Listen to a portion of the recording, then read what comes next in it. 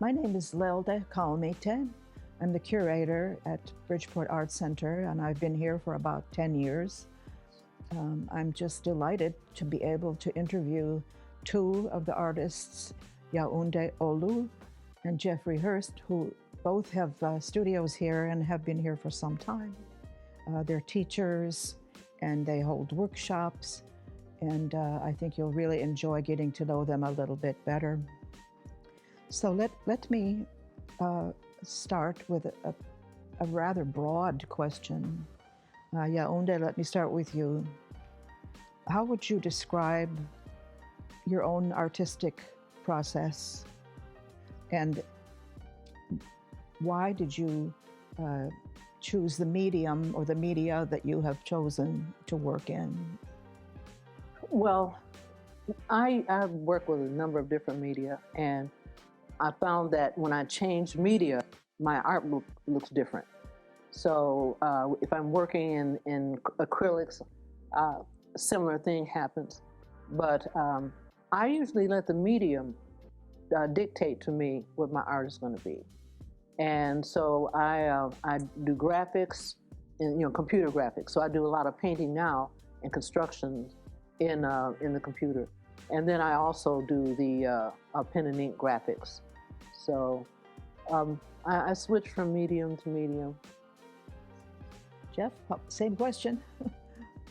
So I'm a painter and a printmaker, and I see a lot of dialogue that happens between the two mediums. So the paint that I use is encaustic. It's molten beeswax with pigment suspended in it. It's actually the oldest painting medium. It's about 3,500 years old. So I've been working with that for over 25 years. And before that, I worked with acrylics and oils. But I also make a lot of prints, and I have a couple of presses in my studio.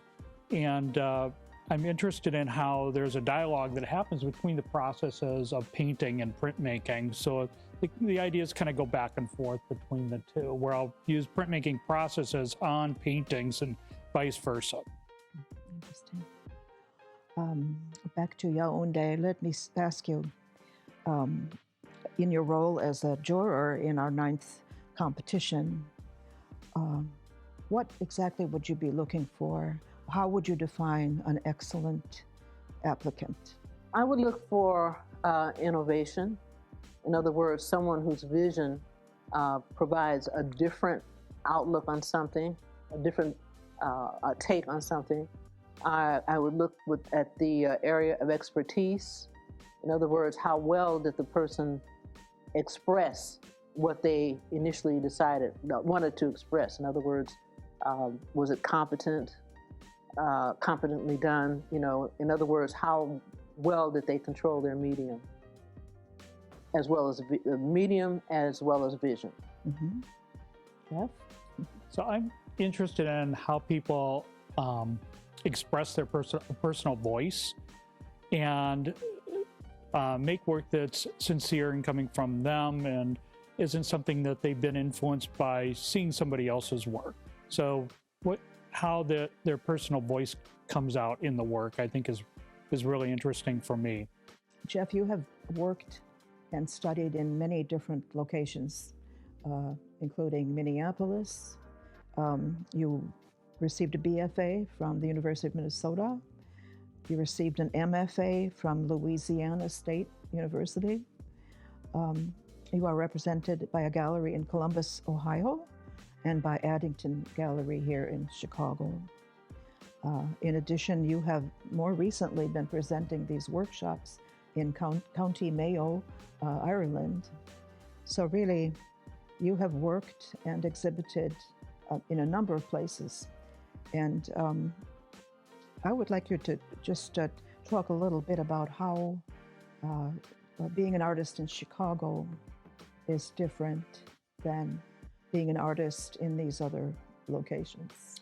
Yeah, that's an interesting question, because a lot of my work is, if you read my statement, and what I'm really interested in is how man-made structure exists in a natural environment. And Chicago, for me, is the ideal place to be making things to reflect upon that. we're really living in like this prairie on the lake with all of this, you know, probably the best architecture in the country and some of it in the world. So yes. it's really pretty remarkable to reflect on that. And for me, that I know when I moved here 5 years ago, my work changed, became much more loosely grid oriented. And so I think it was a reflection on the environment, whereas I had lived in Oakland prior to that, and you know, it's a much different environment. And then when I'm in Ireland, in County Mayo, in Ballycastle, it's 250 people. So there's more people in my apartment building probably than live in Ballycastle. So it's different that way. So it's also people in sociology and how that comes into play in the work. And I'm not saying it's really a depiction of that, but it's more of a catalyst to move the work forward. Great. Yaounde, has the art world changed during the time, since the time that you established your own art center, the Oshun, is it? Yes. Oshun Art Center on 75th Street in South Shore? Yeah. So that was what, late 60s, early 70s? Is that 1968 to 70? 1968 to 1982. Yeah. Wow. Well, how would you say, or would you say, that the African American art community has changed since those times when you had Oshun? It's like night and day. When I started, one of the reasons I started the gallery that I had was that there were very few venues for African American artists. A lot of us weren't in the major galleries and what have you. And we did have the Southside Community Arts Center, and there were a few other art galleries, art establishments. But at that time, art didn't take on the same visual art now we're talking about, because other types of art did. But the visual arts did not have the same voice that it has now. Now it's everywhere. A lot of artists are being recognized in mainstream galleries and museums, and that's the biggest difference that I see right now. Well, thank you both very much. Thank you. Enjoyed this. Thank you.